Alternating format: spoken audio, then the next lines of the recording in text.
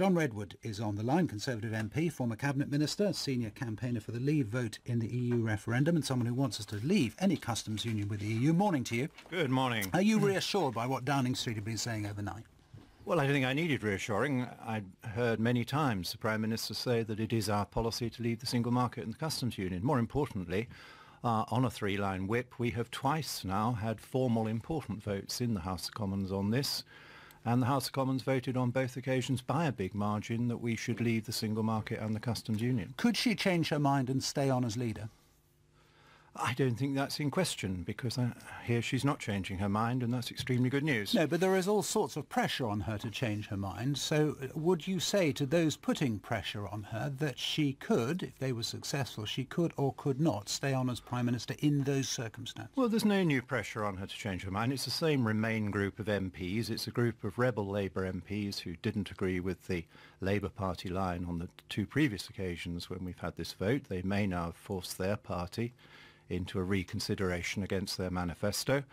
Well, they have changed their mind, haven't? Just to make it clear, Labour have changed their mind, haven't they? Well, we'll have to wait and see. We haven't seen a formal statement or vote in the House of Commons so far. Labour has abstained on this issue, and their manifesto made very clear that they wanted an independent trade policy for the United Kingdom, which would be quite incompatible with staying in the customs union. But these people argue a contradiction, because they say that our trade would be dreadfully damaged if we had to conduct it on World Trade Organization terms with the rest of Europe.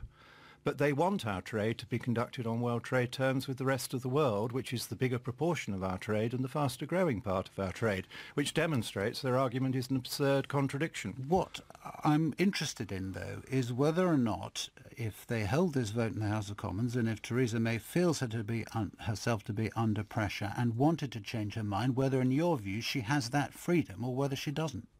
Well, Theresa May won't change her mind, I assume, because she's been crystal clear on this throughout, and the Conservative manifesto was quite clear on this, and we need to stick to our word. Over half the people voting in the referendum, the biggest ever mandate to Parliament, said we must leave the single market and the customs union, because that was the vote leave position. Incidentally, it was also the Remain prediction. They said that if we voted to leave the EU, we would of course have to leave the customs union and the single market, because as they rightly pointed out, if you want to stay in all these things, they'll expect you to pay them lots of money and to accept freedom of movement.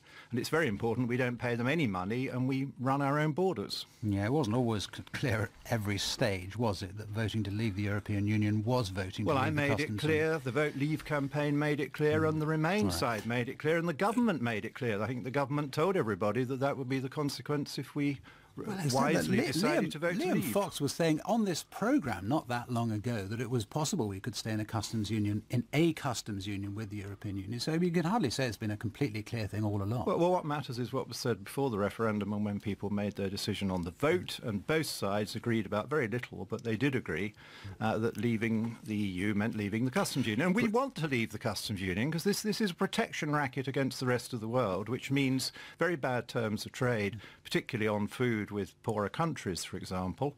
And so it's a double blow. It means we can't buy, say, cheaper South African oranges. We have to buy dearer Spanish ones. And it means that countries that need trade to promote their growth. It's also a huge blow for our car industry, isn't it? As you know, and the 800,000 jobs that depend on that industry if we were to leave the customs union because of the trafficking between the damage to the car industry has been done by the government's policy of increasing the taxes, withdrawing quite a lot of the car loans. You say it wouldn't damage the car industry? And their attitude towards diesel. Well, we already have a tariff against the rest of the world on cars through the WTO terms and the EU schedule. I suspect once we were free to do our own trade deals, we'd negotiate rather better terms with the rest of the world. John Redwood, thanks.